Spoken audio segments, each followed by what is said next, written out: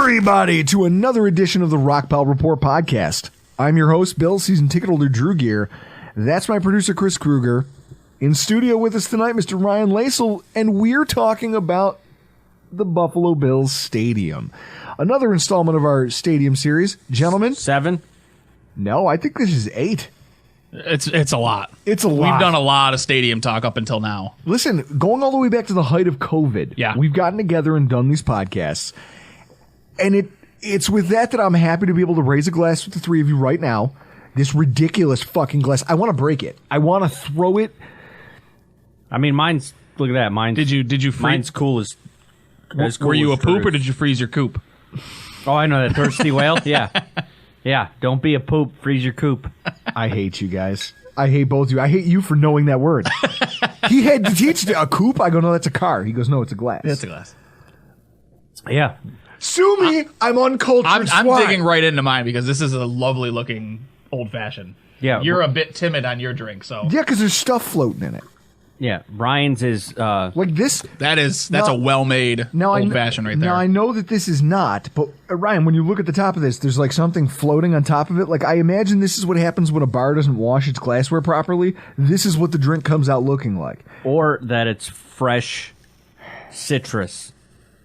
Yeah. Ryan's drinking an old fashioned that I made with pecan syrup, Blue Note Crossroads, toasted in a French oak barrel, and then Blanton's bitters, and then the orange rind. And it's lovely. I smell One of the lime. better homemade old fashions I've ever had, I will say. I smell lime. It's obviously a clear liqueur of some kind. I see some what looks like sugar residue, so obviously it's whatever's in here is sticking to the rim of the glass, which is probably your lime. Yeah. Okay. Now, I'm going to ask you, Yeah. because the lime is very prominent in this drink. It's very, very light. It's got a nice little finish there. Is this gin or vodka? Neither. Okay, what do you got? It's a fucking margarita. That's a This is the classiest margarita I've ever had. It is a classic margarita, and It needs a little salt, but otherwise this isn't bad. Yeah, fuck that. I'm not into salt. I'm having one too, and it is. I used Blanco tequila, legit from Mexico, from Jessica's mom when they went to Mexico. I think in February. Now, him bringing this up, it opens up an interesting talking point. Before we dive into stadium stuff, I have a conundrum here with Chris. That drink is very good, and it made me think of Cinco de Mayo. Now, Cinco de Mayo, my wife was out of town. It was me. It was Dude's Weekend, as my son Jack now called it. Just kept There you go, yeah. telling everybody. The grocery store. What are you guys doing? Dude's Weekend. So, Chris smoked his first pork butt last Friday. Almost third. Third. Okay, well, I'll tell you this. Could you really count the first two, though? No. I mean, yeah. And also, it's the first one I've had of his. Second. Yeah, that first one didn't count. Oh, because I made it for the opening game against the Rams last year. Yes. You completely forgot. Yes. That's what I did. I didn't eat any of it. I just got hammered in your house. As only you can. I just got bombed in your house. And in fact, I think I ate some of what Andy Parks brought, like chicken in a crock pot, buffalo chicken, like pulled buffalo chicken.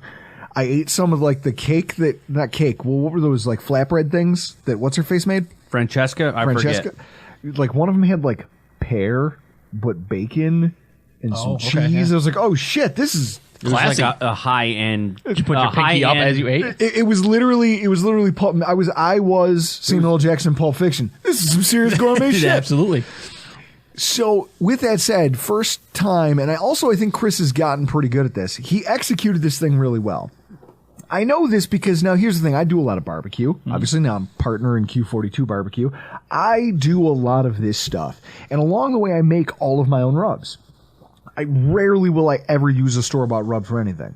I don't like the salt content. I feel like salt, but you need more flavor than salt. Right, yeah. And those are mostly fillers. Like when you see salt and brown sugar as the two main ingredients in any rub, they're stealing from you is what they're doing. So I will make rubs and I will let my son taste them. And he's wildly indifferent. And I go, well, it's because he's young, he's a kid, whatever. Chris comes over. Now, my son has just eaten dinner. He's in the middle of eating an ice cream sandwich. He's working on dessert. He's told me he's full. He doesn't want anything. Chris brings over this container of pulled pork and sets it down on the table. And my kid goes apeshit. He's eating it with 3 hands. He must have eaten like a quarter pound of it. And the thing that irritates me the most is that he's demanding more of the salt. Dad, more salt, but it's the rub that Chris put on it. Chris, what was the rub? There's like a Fiesta rub that I bought at Market the Square in Southgate Plaza in West Seneca. I wasn't going to put it's Cinco de Mayo, so I wanted to have Mexican spices on it. So, look, here's a Fiesta rub. Something that has Fiesta in the name. Grocery store chain rub. My son just can't get enough. He wants it on his turkey sandwich. There's a reason now. that stuff's commercial for a reason, man. You know. Do I have a right to be annoyed? Great friend. My son woke up. Chris is over here trying to teach him how to say "make me a damn sandwich." He's like, "Come on, Jake, you can say that." Well, I wanted your child to say "make me a goddamn sandwich." And what I love is that then the last time he tried doing that, I told him, I was like, "Chris, get the hell out of here." Jack walked around the house going, "Gretzky, get the hell out of here." Talking to our dogs for a week. Do I have a right to be annoyed that somehow with his store-bought nonsense and his pulled pork, he has now jumped me in my son's eyes in terms of barbecue ability? Yeah, I mean, it's a gut punch, right? The kid's not 3. Yeah. But Chris has now leapfrogged me in my son's eyes in terms of the ability to create barbecue. Yeah, I mean, it's a real kick in the knackers, bro. I mean, that's when you tough. have the schedule I do where I'm off like Thursday and Friday. So like Friday, if Jessica's at work all day, I could, earlier in the week, I could just go, well, I'm just going to smoke a pork butt on Friday. I'm off. I'm probably doing stuff around the house that she wants me to do, so I'll just put meat in the smoker and, Ronco it. Set it and forget it. I hate you so much. I've smoked salmon, I've smoked a pork butt, and I've smoked a whole chicken so far, and it's only mid-May. I would blame it on your child's unrefined palate. That's what I would chalk it up to. His garbage tendencies. If he gets to like 10 and he still prefers Uncle Chris's pork butt to yours, I might want to fight Chris at that point. Yeah, exactly. Or my son, one of the two. Someone's catching hands at that point. But I will tell you, for as much as Chris and I don't like each other as friends, Chris is one of the better friends you could ever ask for. Really and truly. You saved my night. I still got to have my pulled pork taco with a margarita at 11 o'clock when I put both children to bed and got the house cleaned up. And hey, Chris, cheers to you. To you. Cheers, margaritas. To you. This is making Chris very uncomfortable. I know it is. Chris isn't used to I can always tell talking. when Chris is uncomfortable because he doesn't look at you. Yeah. He won't, he's buried in work. As long as you don't openly cry on the episode about Marcel Darius or Dalton Kincaid not getting signed yet, please don't cry. No. Although I will say the waterworks. I don't think so, because we're here talking about a stadium, right? A stadium that's finally, it's done, sealed, signed in the garage, and ground has been broken. I think when you talk about waterworks, it's going to be the end of the 2025 season. Yeah. That last game in what we still call the Ralph. Yeah. Right? I mean, that's going to be something. It's that's a topic we're going to get into later in the show. But for now, let's start at the top. 30-year deal. They've now broken ground. Everything's signed. Construction is started. Hey, do you want my PSL? I can give you cash for it right now. Mr. Moneybags. Just got to go upstairs and I can get you whatever it is. Your ledger and your little notebook there. Chris is literally going to fan out the cash on. He's doing it for the YouTube, as the kids say. I don't think it's what they say. I'd have to go upstairs and find it. It's a 30-year deal, which means that I will be in my late 60s before we are having this conversation. God again. willing, you won't hit your late 60s, and nor should I. And that was going to be one of my points. Is I will hopefully be dead in the ground before we have these like Bills relocation, new stadium, all those kind of conversations. And I'll tell you why. I already, the listeners to our podcast don't believe me because they meet me at tailgates and they go, Just fun. He's a nice guy. He does things for charity. He tries to help people. He's friendly. He's welcoming.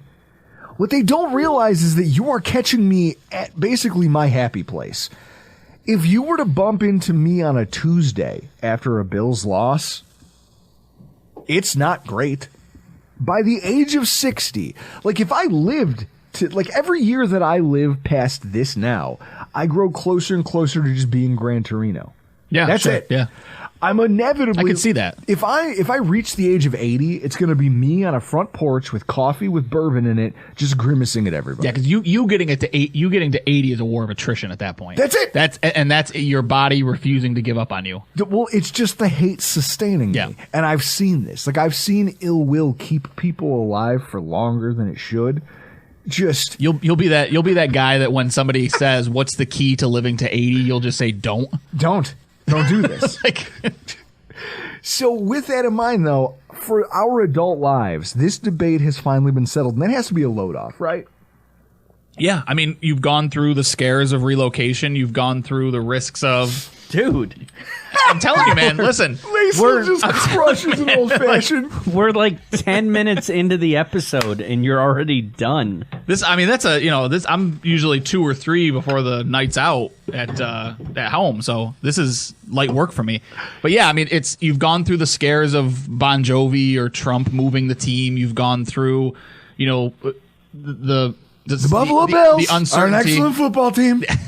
I've heard they're one of the best. You've gone through the uncertainty of, do you lose the team and it just moves to Toronto? So then you're still like, am I going to be a Toronto Bills fan? So you've People gone. People are saying they might move to Toronto. I don't know. If you've gone through the uncertainty of that, right? And then it came stadium talk, and with stadium talk always comes small market. Do we lose our team? Right? Is this going to be a St. Louis Rams situation where you're held to task and you make an agreement and they move anyway?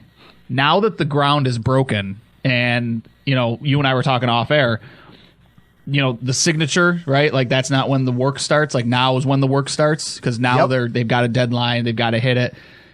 But it's kind of like for fans, the hard part's over. Yes. Right. And that's the load off that I think a lot of fans can take, is that the team's here, there's an agreement in place, 30 years, and now all you got to worry about is going out and winning a Super Bowl. You don't have to worry about your team leaving before your kids become of age. Right? Exactly. Like I know that now the team is here long enough that I'm going to get to share that with my children. Absolutely. And I like that. Like that takes a weight off my shoulders.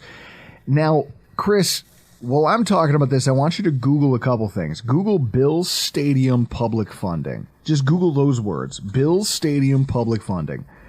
I'll tell you why. I feel like somebody here or somebody's gets to take a little bit of a victory lap here. Remember, well, what was it? Was it last summer? When did we do that show where we talked about who had it worse? It was like we were comparing the Bills Stadium situation and negotiations. It was in Chris's old apartment before we started recording here.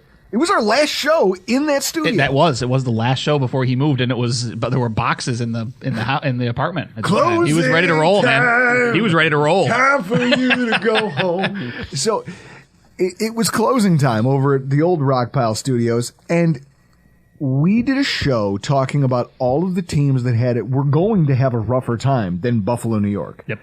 Because of how this was situated, what it was going to cost, what was negotiated into the contract. And almost like we called it, the Tennessee Titans fall right behind us with a new stadium deal that has a $2.1 billion price tag, $1.26 billion in public dollars, with the team just paying over $800 million for the stadium, which is pretty much the same amount the Pagulas are paying. Yeah. And here's a caveat. There is no guarantee that the owners will absorb any cost overruns the way the Pagulas have negotiated into this deal. And you and I talked about that when that caveat right there is worth its weight in gold. Yeah, and when they passed that memorandum of understanding, that was something you and I called out specifically on that show, is how big that agreement was that they are going to pay for any overages, because construction in New York State at the time that was getting signed, and now inflation having done what it's done, I mean, there's not a chance in hell that this stadium comes in at budget, in my opinion. No, absolutely. There's not a chance. Right now, there is a project going on to revamp the New York State Thruway rest stops. Rest stops. Hey, let me stop you right there. Shake Shack, delicious.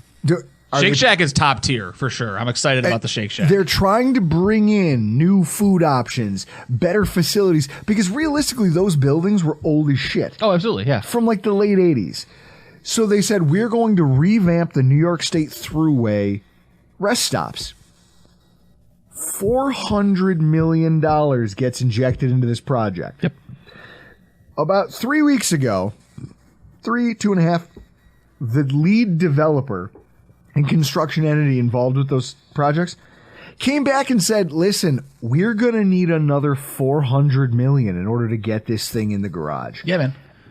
As somebody doubled the budget. As somebody that just took a road trip to Maine, literally drove all the way across state. You know how many are done? How many? Two. Yeah. Exactly. Two. Yep. And they're between Rochester and Syracuse. And they shut them all down at the same time. Yeah, because I'll tell you what. Because that was the brilliant idea, right? So last summer, I met the guys from Cover One over at an Airbnb that they were renting so they could go to training camp. Yeah. And they could be there providing training camp coverage. And I brought a grill. Yeah. Like I took my son to camp for the first time. Yeah. My wife came. It was a great thing. And then I sent him home and I went to go drink and booze and grill with the guys from Cover One. And I was going to drive home later that evening. So the grill finally cools enough. I dump the coals out. I get that whole situation mopped up. They all go out for fucking ice cream. Well, listen, as adults, guys, Cover One, I love you guys. But there are way too many adults in your organization who go, a bar? No, let's go get ice cream. Did they go to Abbott's at least? No, I think they went to like a really well-renowned ice cream. Oh, they went to like, one of the Rochester. Staple, yeah. Hey, what about frozen yogurt? Remember on After Dark last week? My date? That I went broken foot. We went out for ice cream and then got yelled at by a black nurse in triage. If you guys have not, could have just said nurse. Well, hey, I had. No, I I had to set the table. She had the southern. She had that southern accent, and it just makes it. If you guys haven't seen, we got After Dark only on YouTube. So go to YouTube and watch them. So this was the thing, right? Like I'm driving home from that, and I'm driving down the 90, and I realize, man, I gotta piss. Yeah. And there's nowhere to go. And so I said, well, and this is before I realized this was even happening. Yeah. I didn't even realize they had pulled down all the placards off the rest stop sign. Yeah. So I pull off at the rest stop, and what I see are steel girders in the shape of what a building should be. And there's nothing. It's a ghost town. Yep. There's no vehicles.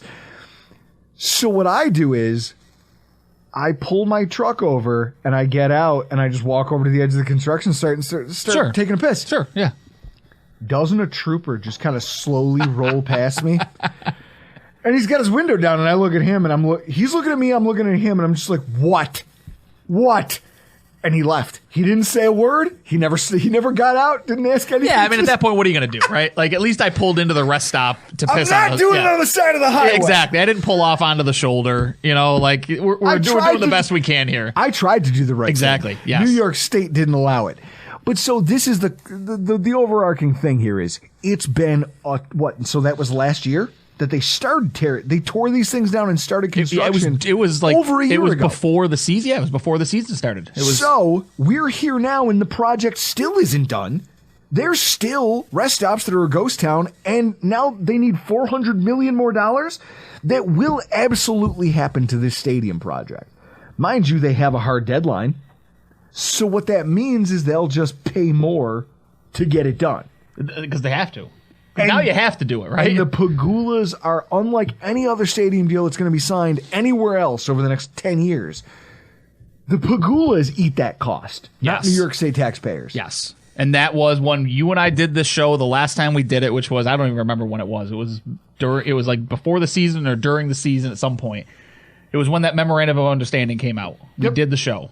And that was one thing that we highlighted in that agreement was that was going to be a massive part of this agreement. And I couldn't believe that they got that deal because the state owns the stadium and you still got the team to pay for any overages in terms of construction costs. Like that's one of the biggest wins you could have ever asked for. Yep.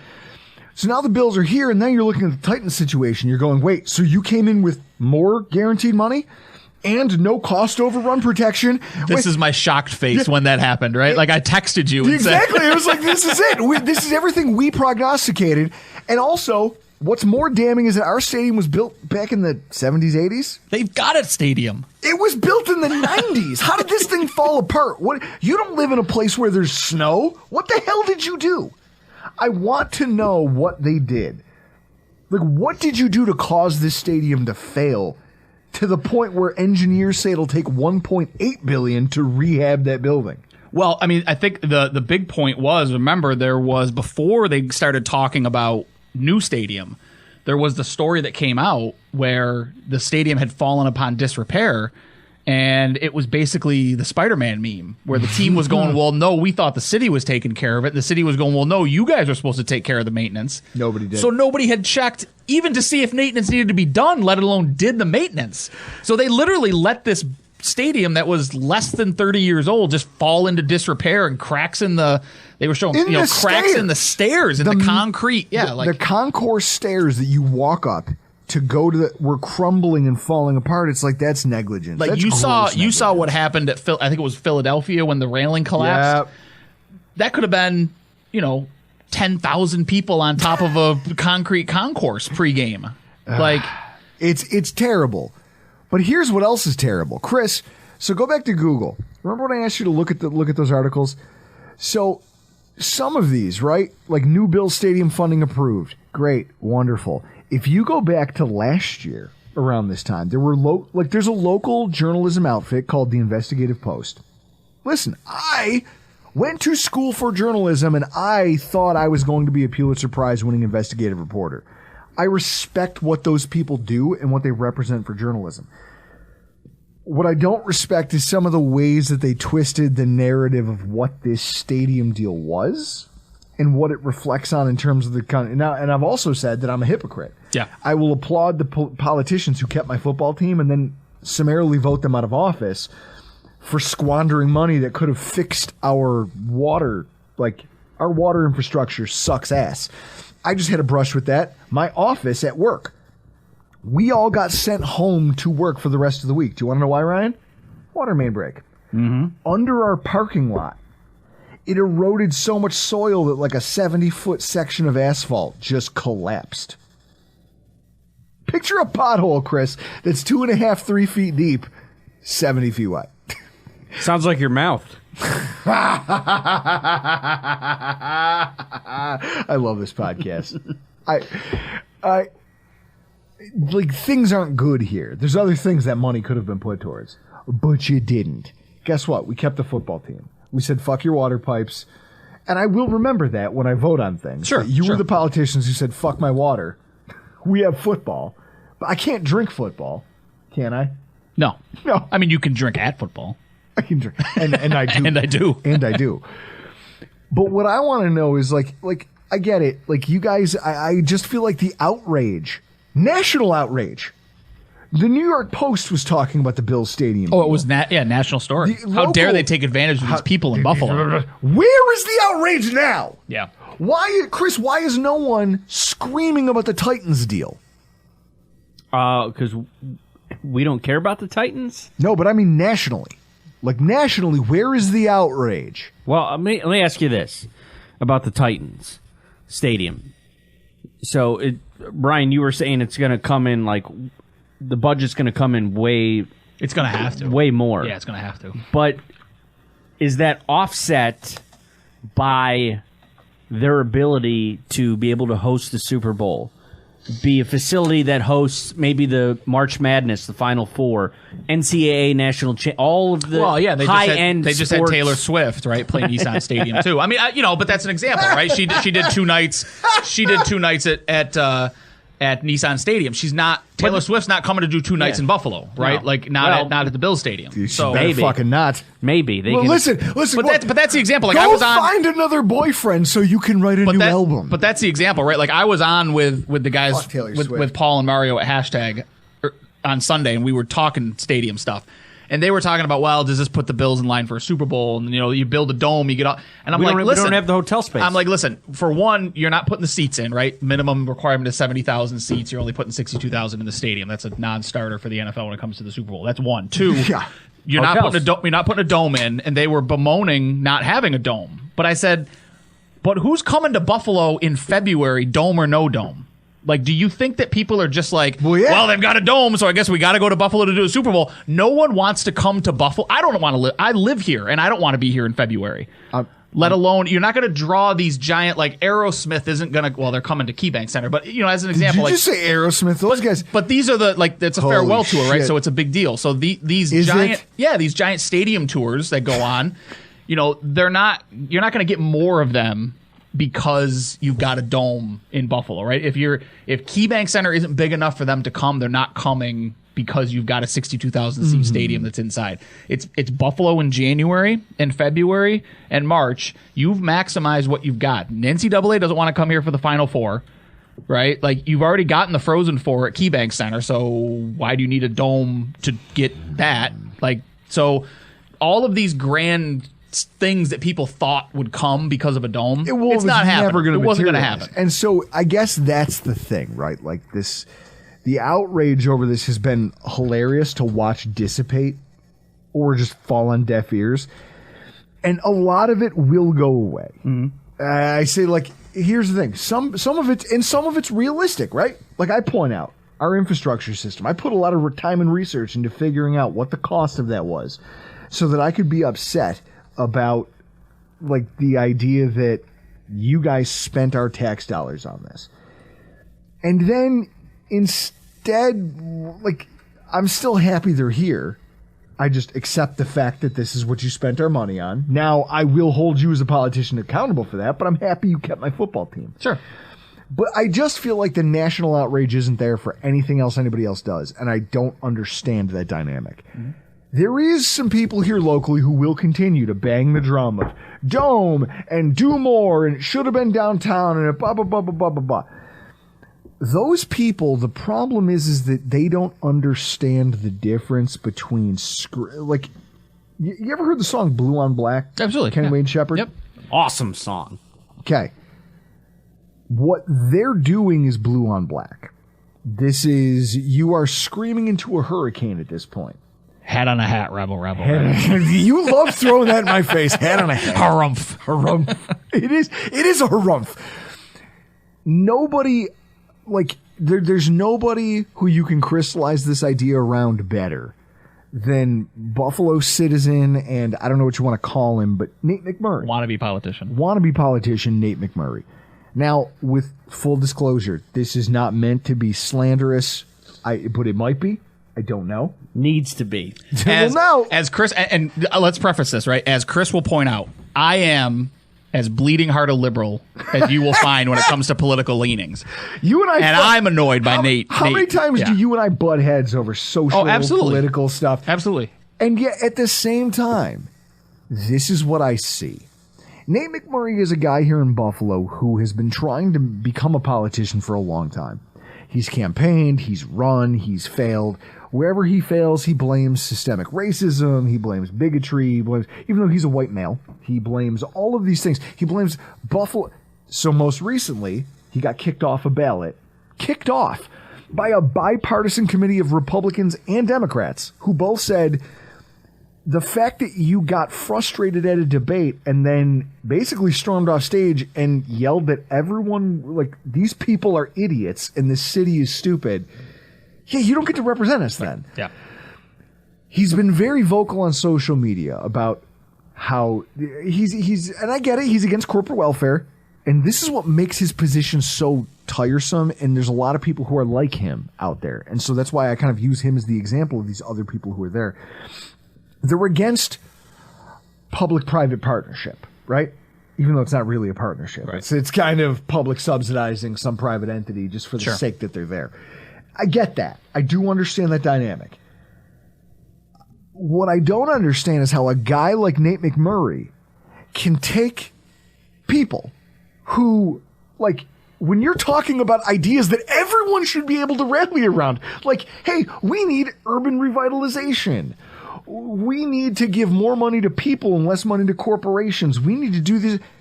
These are all ideas. Like, that's low-hanging fruit. Absolutely. On the political spectrum. Yeah. No one rallies around Nate McMurray. No. And at a certain point, this guy has to recognize the fact that it's not the message. It's you. It's the messenger. Yeah. Nobody likes you. You are a pain in the ass because you're somebody who goes on social media and talks about how, well, I worked in Korea for a business that sold noodles out of a bicycle, and look at them now. They're a multi-billion-dollar corporation called Hitachi or something. Samsung.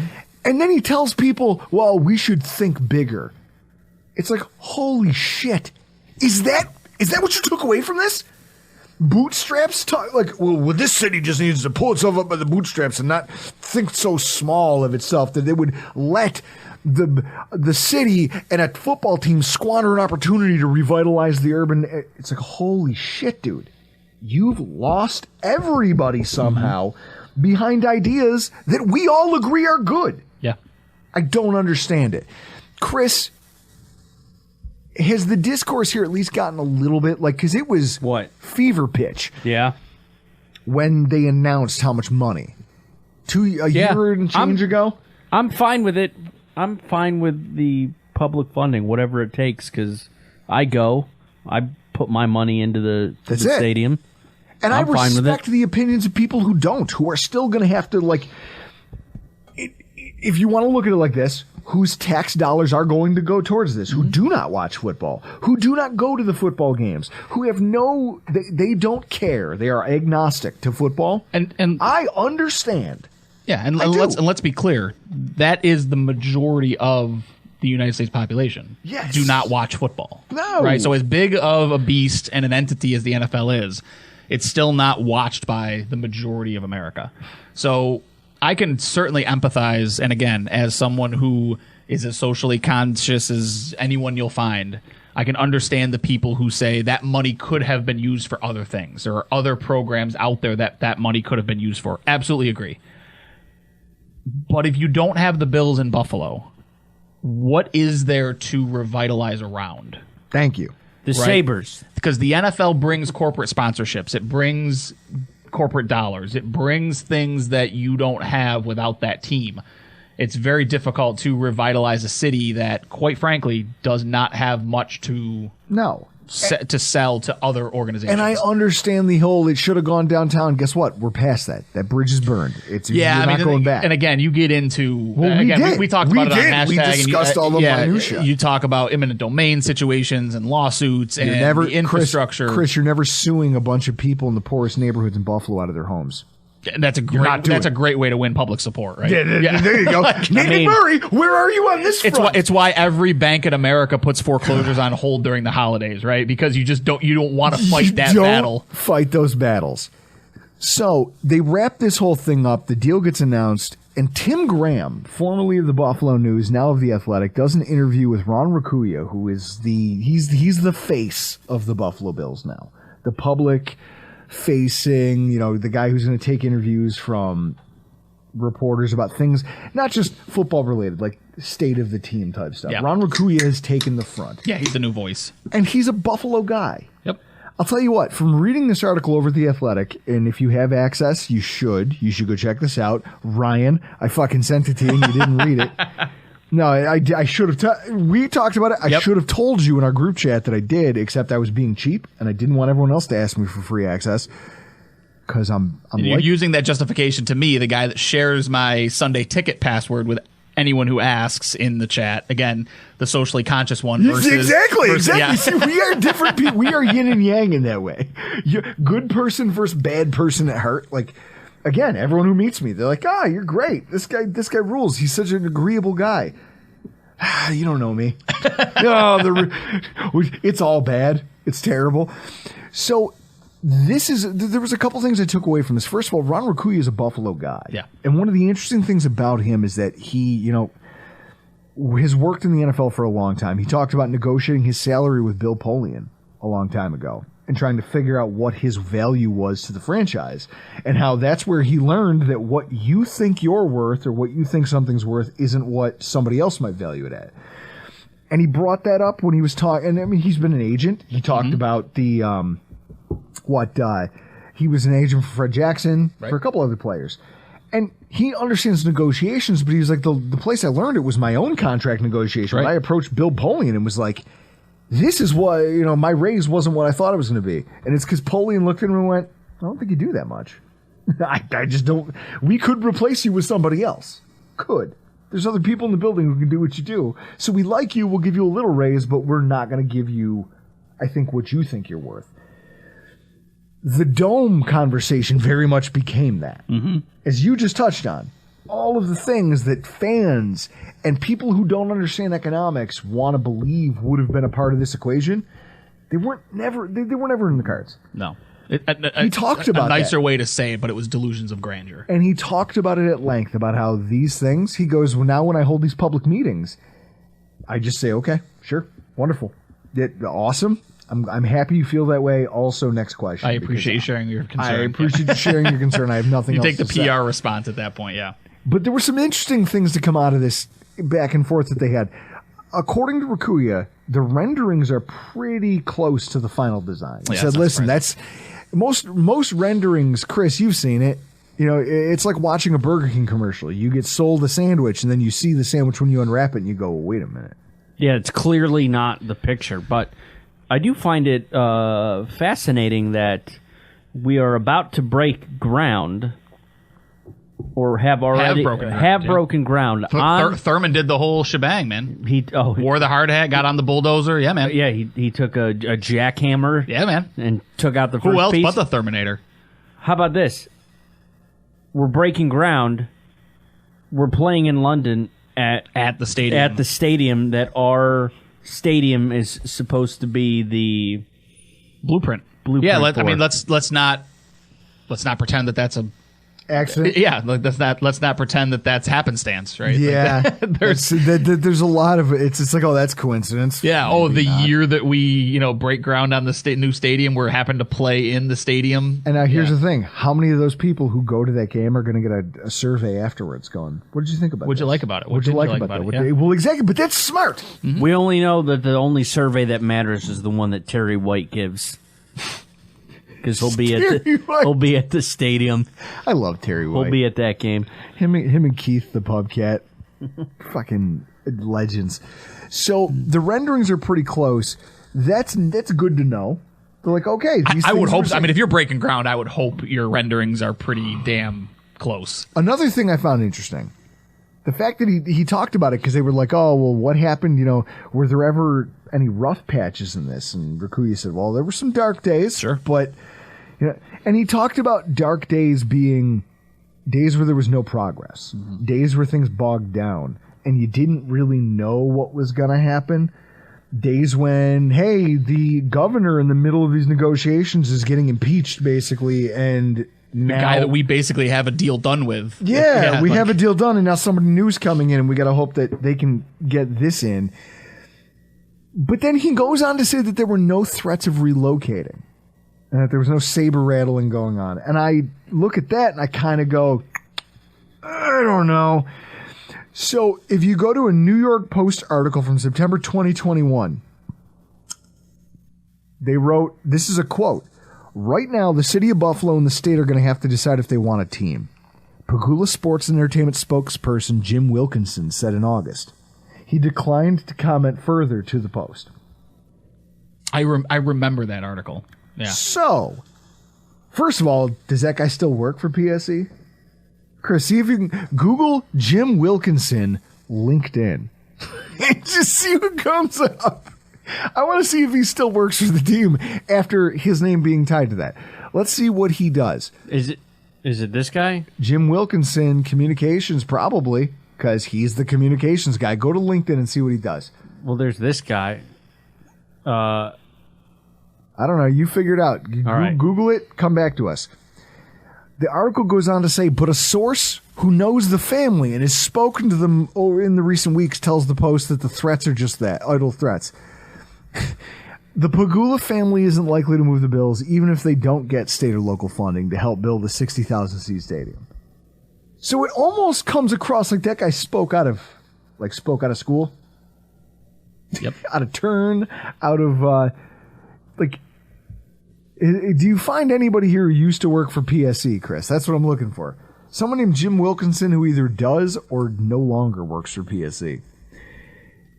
I feel like for as much as they want to sell that, now I reached out to Jason Wolf, formerly of the Buffalo News, who now works in Phoenix, and he said that he's never directly heard of a threat made by the Bills to move the team, which is kind of why I'm interested to see if this Jim Wilkinson guy actually works. I don't know there if it's this guy. It doesn't say anything about PSC on his LinkedIn. He would definitely have that on his profile if he worked for a company that owned major sports teams. So go back to the list of PSC. Don't worry about it. Just keep browsing. You'll find it. It's just interesting to me, Ryan. Do you think that there was no threat ever? Like, how reliable is that? So I would be surprised if there was a direct threat made. I would be surprised if there's anyone that's willing to go on record to say we are willing to move this team behind closed doors. Or these aren't the 70s where Ralph Wilson literally just went to Seattle and was like, "Wow, this city's great." Yeah, and this isn't a time to do things on the down low, right? If you say something off the record or behind closed doors, it's going to get out, right? Everyone's going to use it as leverage. So, but was it? Look at this guy. See that guy on the screen. Okay, on the left. That's Jim Wilkinson. I believe that PSC spokesperson. Okay, you just remember that guy's face, because when I went to LinkedIn, it was that same guy. Oh, hold on. Lost it. Lost it. Oh, no, it was right there. You just passed it. Go back. Delete everything you just typed. This guy. Is that not the same guy? Ryan, that does look like the same guy, doesn't it? Is that the same guy? Yeah, but he never has anything listed. He doesn't have anything listed on his LinkedIn. Okay. Look at this. It's Rockpile research. In the moment. In real time. Real time. I like the fact that he is like Jamie. It's like, Jamie, Google that. Yeah. Jamie, give it a Goog. See what you can come up with. So with this in mind, like, that guy no longer has PSE listed on his thing. Like, I don't know what's happening, but I bet you he got his hand smacked for that. Hey, don't get quoted saying things we didn't say. Yeah, and I mean, because I know they came out and explicitly said that renovating is not an option. Yep. Renovating the and current that was the thing we just watched with yeah. that guy on it, and now he's not listed anywhere. Yeah, in PSE. but to come right out and say we need a new stadium or we're leaving, that's it. One, it doesn't seem like Pagula's bag, No. and two, it's not the best way to garner public support for keeping the stadium, right? Like, that's a good way to alienate everybody who's in favor. Oh, 100%. Well, because what you have to understand is you're dealing with people like me. Yeah. Who, if you fucking tell me what... I want my team in Buffalo, but don't threaten me. I hate nothing more. Like, you don't get to make threats. I don't negotiate with terrorists. Exactly. But I don't negotiate with my son when he gets upset. Emotional terrorism. But also, I'm dumb enough to sink my own boat to prove a point. Yeah. And so that's where this whole thing falls apart. And I think that was maybe a misstep, but by and large, the organization didn't threaten to move at any point. No, he's correct. I don't think he explicitly, no. It never got to that point. He also had some other things and some announcements to make that I thought were interesting, just in terms of game changers for what this is going to look like over the next few years. First of all, Chris, the RV lot is done. It's gone. Off limits. Well, yeah, until the new state. We'll see what they do with it. But they're closing that lot for now. But they're closing it, which has a huge impact on the tailgate scene. So they did say that there was going to be RV parking. There was going to be a dedicated lot. Yes. And it was going to be minimized into, I think, lot 3 is where they were Yes. going to minimize it to. So, yeah. And so, like, this whole, like, I'm not going to lie, the RV lot is usually where, Chris, I remember doing the research for one of our podcasts. The RV lot is where most of the police presence is requested. Mm-hmm. Yeah. It's where most of the drunken arrests happen. It's where all the crazy shit happens. It's the RV lot, the grass lot, Hammer's lot. So, again, let's not pretend any of this is happenstance, right? Yeah, they're like, hey, there's guess a what, pattern guys? here. This thing, we're kind of phasing that out because, well, you'll figure it out. Well, one, it's a pain in the ass, and two, how many cars can I park in the space that it takes a 42-foot, Thank you. But it will have an impact on the tailgates. Absolutely. Absolutely. Yep. It will.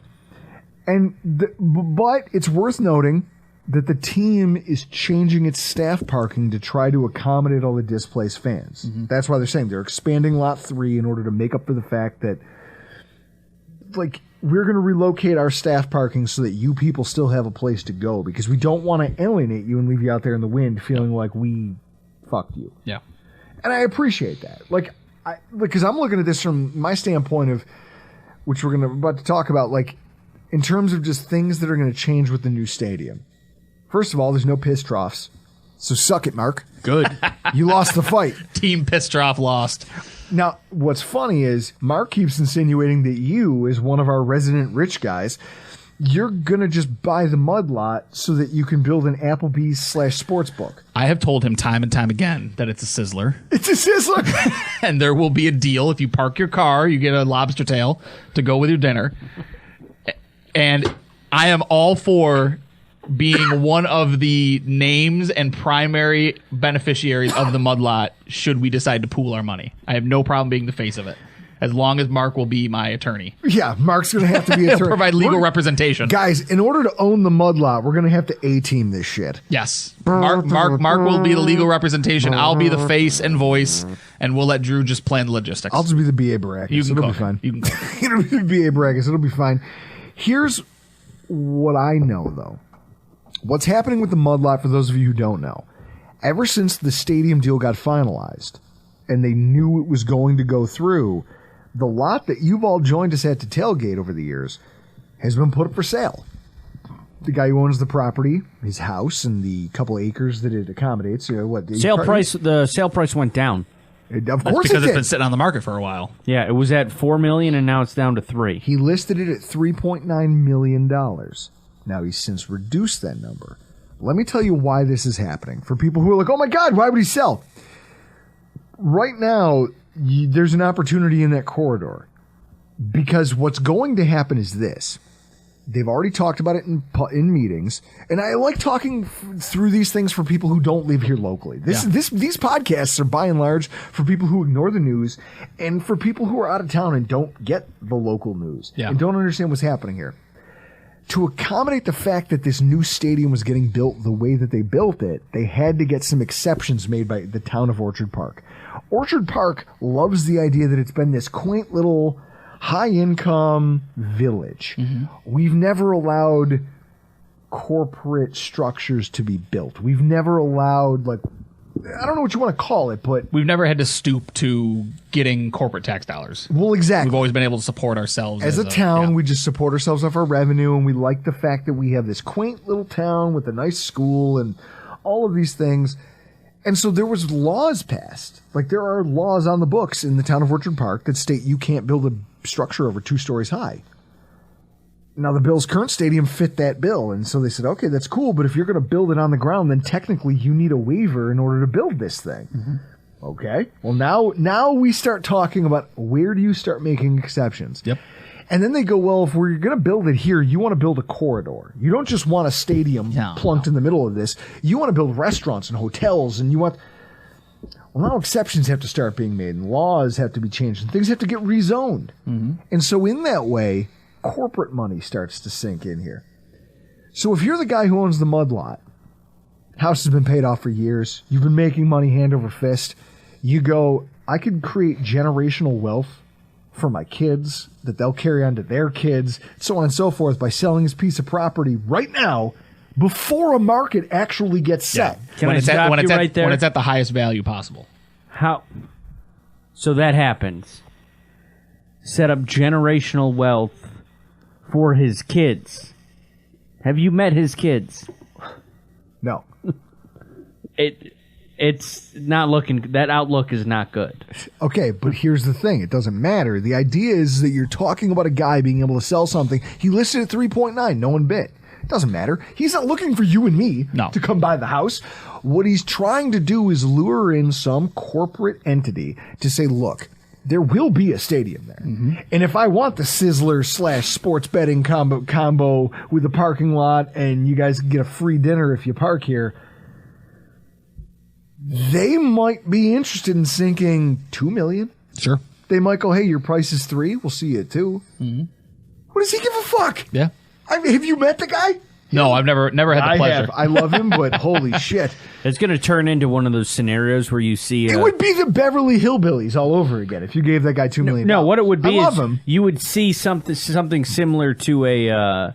like one of those docs on somebody that happened to win the lottery that shouldn't, and they just... How the lotto ruined my life. just squandered all that money they got. That's what this sale would be. So here's the thing, like say what you want, is all in good fun, but heady play, no different than an NFL team trying to sign your quarterback. You want to be the first one. And that's it. He wants to be the one that sells first before the market sets, right?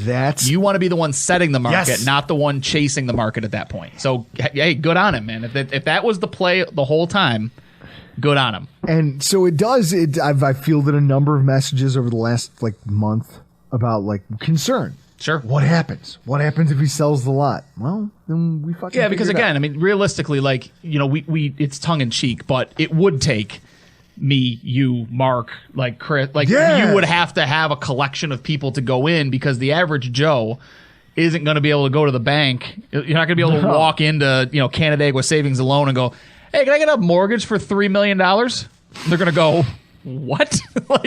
Sure, do you have a minimum income of $1 million a year? Because then I can sell it to you. Yeah. Otherwise, I'll see you in hell. Yeah. Otherwise, you can get out of my office. So there's obviously a lot that's going to change. There's a lot that's going to change. Another thing that's going to change that I think is good. Chris, think about the current layout of the stadium. I think about how many times I've missed plays. I went to go buy a beer during that Jacksonville Jaguars game, and I missed the Robert Foster touchdown catch. And the fight. And then I missed the fight taking a piss. Ryan, Green Bay game rolls around. Monday Night Football. Sunday Night Football? Sunday night.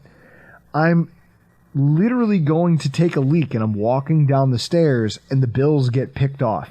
And I go, fuck. I'm buying a beer. Stop.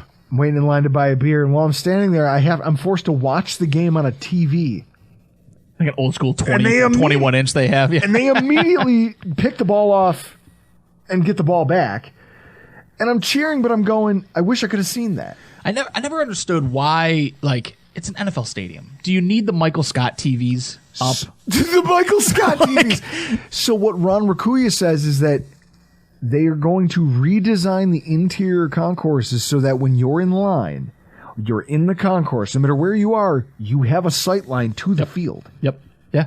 That's pretty cool. I mean, again, I think for those who aren't familiar, I've been doing this stadium stuff for a while, go look at the pictures inside of Tottenham Hotspur. That's what your stadium's going to look like. And when you are in line, and they're not joking when they say, and you're not talking well, I can see the visitor's sideline when I'm talking sight line. You're you can see the play going on from where you're standing. It might be obscured, might be obstructed, whatever. But you're not looking at the corner of the end zone. You can see the play as it develops, and it's just I think those of us in Buffalo who don't travel to a lot of stadiums in the NFL, and some have been lucky to do it, some have never seen the game outside of the Bills. There are stadiums out there that are just unbelievable. Wild. Yeah. Yeah. I stopped traveling to games partially because I hated being hungover and just mad driving home the next day after the Bills lost. But then also it was because I'd see other stadiums and go, fuck, why can't I have this? I complain weekly, and anyone who walks into the stadium with me hears me weekly about how long it takes to get through security and how unnecessary it is that it takes us.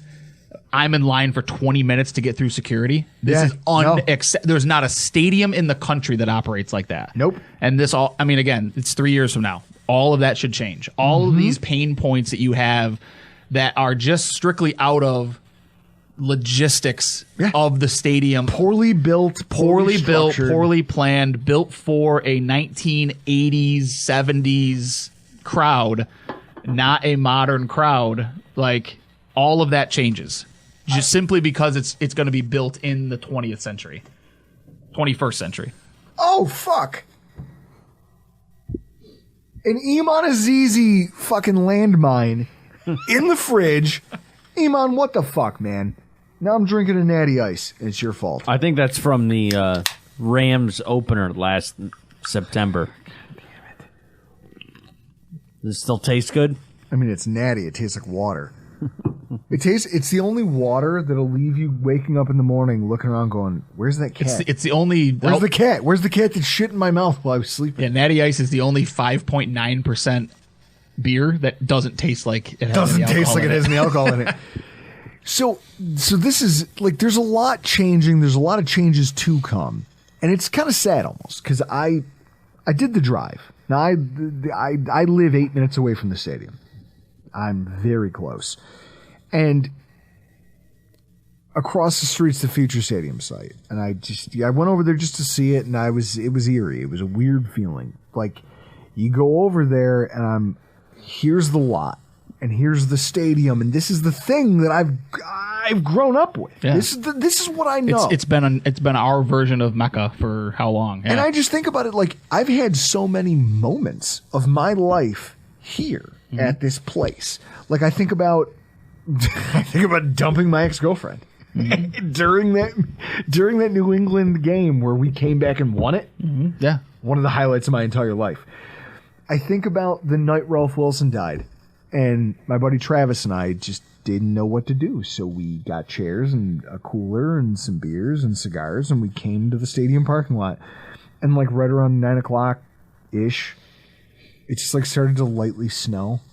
And it was just the perfect, like, this is where I'm supposed to be right now. Yeah. Because I don't know what else to do. Our team, I don't know what's going to happen. It could move. It could be sold to God knows where. Sure.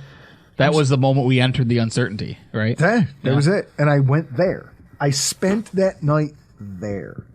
And then it's just a place where I've gotten to congregate with all of you guys. And I've gotten to meet so many of you. And just spend time with my best friends over the years. And I don't know, it's like church. I've said it a million times, and I think people think I'm hamming it up, but it's like it centers me. Sure. This is the place I go, and it's highly centering because so much of my life has been wrapped up into this. Yeah. And then I look across the street, and I see this construction site, and it's weird because it's like you're standing at the precipice of what is and what will be. And you know that there's this crushing inevitability. Like all of this. And it's probably a good thing that I'm a little bit of a nihilist. just to begin with. Because I believe that pretty much everything that exists now will not matter. So why stress about it? Sure.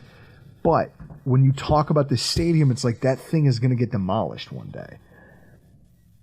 And with it is going to go a huge part of a huge chunk of my life. This is a place where I experienced so many things, and you're like, it's gone. It'll be gone. It'll be dust. Just like we all will be someday, but I don't know. And then you stare over there and you go, that's cool, and it's nice to be excited about, but it's bittersweet, I guess. Yeah, I mean, there's going to be, like, when you think back, and you know, I'm sure a lot of Bills fans are this way, being in Buffalo, you know, really my whole life being in this area, when I think of the top 10 moments of my life, you know, it's my wedding, my 2 kids being born, and then it's a lot of Bills stuff. Like, it's a lot of Bills. It's, you know, the comeback. It's, you know, the Drayton Florence pick 6. It's the Sam Adams scoop and score. It's the, you know, the heartbreak that comes with the Dallas Monday night game, the Leotis McKelvin fumble, my friend Neil punched my taillight out, not realizing it was my car. He was so drunk and mad about the Cowboys game, he punched my taillight out and then looked at me and was like, I didn't know it was your car. And then you get into just this past season, the Vikings game, the Dolphins night game, 52-3, like those moments. And as we start to go to games this season, next season, 2025. And that stadium gets higher and higher. Mm-hmm. And you start to go to night games, and the Ralph is lit up, and the new stadium is lit up because they're working 24-hour shifts. Yeah, there's going to be an increased... It's going to be like you're getting ready to graduate from high school, and that feeling of, I know that there's something there, but I don't know what it's going to feel like. Mm-hmm. That I feel like that's going to happen, right? Like, this has been the stadium I'm 38 years old. For the 33 years that I've been attending football games, it's always been the same place on Sundays at 1 p.m. Yep. And now you're asking me to go somewhere else. And my father and I have talked about it, right? My father's in his 70s, season tickets. We've had him for, almost 25 years now. He's told me my last game will be the first game in the new stadium. God willing, he makes it. But, he's planning on his final game will be him, me, and my son, who will be 10 years old. And that will be the final game that he attends at the stadium. Whatever happens between now and then is great. Whatever happens thereafter. But that's... As a lifelong Bills fan, he's 70 years old. He's been a Bills fan since they were playing in the Rockpile. That's what he's looking forward to, and it's like question. There's a feeling of finality at that point. So when that happens, new stadium, week 1, you, your son, your dad. So is his seat going to be taken the rest of the year by a cardboard cutout of Ted DiBiase? Probably, yeah. Either that, or by then, my. Either that or by then my children will have fought for that extra seat with whoever it may be. But yeah, I mean, but then you think about that, and then it's 3 generations of Bills fans, one last go in that stadium. That's it. And it's the best way to describe it right now is bittersweet. When the time comes, I don't know what word I'll use, but I'm sure I'll think of something. But yeah, I mean, it's wild that we're here, and this is what we're staring at for the next 30 years. I love that we're here. I look forward to doing more conversations like this, especially with because there's still topics that are unresolved. Sure. The PSLs are looming. Now, Ron Rakuya said that in his interview with Tim Graham, they look to have those PSL numbers out by the preseason. Yeah, because they're talking about that portal coming up pretty soon, right? Holy shit, guys. For season ticket holders. Guys, if I could describe to you, go read up on what this office and portal and this whole thing is supposed to look like. I kind of feel like what I want to do. They're going to try to metaverse me into that fucking... And you guys may be able to help with this. What I kind of want to do, I'm going to be fairly high up on the list. I almost want to do some type of a live for... I think your viewers, maybe just do a live and say let's walk together through this as a fan base, not as me as an individual season ticket holder. Let's do it as a... I think we could do that. I think that would be awesome. I think we can figure that out. Let's take a tour as Bills Mafia. Production-wise, that can definitely happen. We can definitely make that work. Definitely record that, and where need be, we can blur things out. So if you're listening and you want to take part in that, call in. Let us know. Let us know. Guys, there's a lot of stuff still on the horizon as far as the stadium thing is concerned. There's going to be a lot of content for us to generate off of that because we're hucksters and we do that. I like the term huckster. I go, you guys just listen to an hour of Ryan and I talking about the stadium. Waxing poetic, yeah. Waxing poetic about the stadium. And you saw Ryan drinking old fashioned in 5 minutes. Yeah, man. Great old fashioned. Tasted all the same. No, I feel like I want to bring you guys value when we do these things, and I think we have.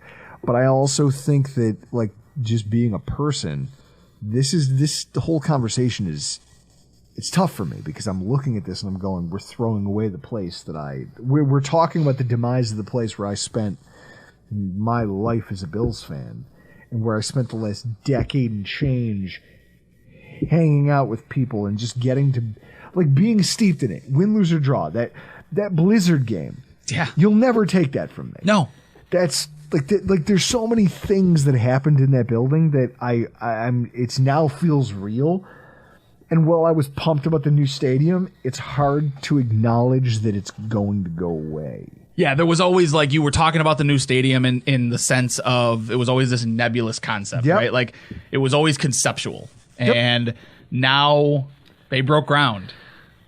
This shit's happening. And that's... Come hell or high water, this stadium's getting built, and they're going to be playing 2026 home opener. Don't think that it won't be the first game of the season at home. They're not opening on the road that week. No. So, and I doubt that even the preseason games get played in the new stadium. I would guess that they're saving the new stadium for, the home opener. So now that there's a proverbial light at the end of the tunnel, you've got to start coming to grips with the fact that you've got 3 more years to enjoy the Ralph as it is, because it's hyperbolic, but nothing will be the same after 2026, right? It'll never be the same again. It'll never be the same. This is the best that it's gonna get. Guys, Hopefully there's a Super Bowl before that. hopefully we have a banner Because to you hang certainly in don't have those to worry about rafters. playing in the Super Bowl in Buffalo. So let's get that out of our heads. Hopefully There's a banner to move over from the old stadium to the new. we have a banner to hang in those rafters. Guys, this has been a fun conversation. I'm thrilled that you guys all showed up for it. But for tonight, we got to get the hell out of here. I'm Drew Gear. That's Chris Kruger. That's Ryan Lasal. This has been your Rockpile Report.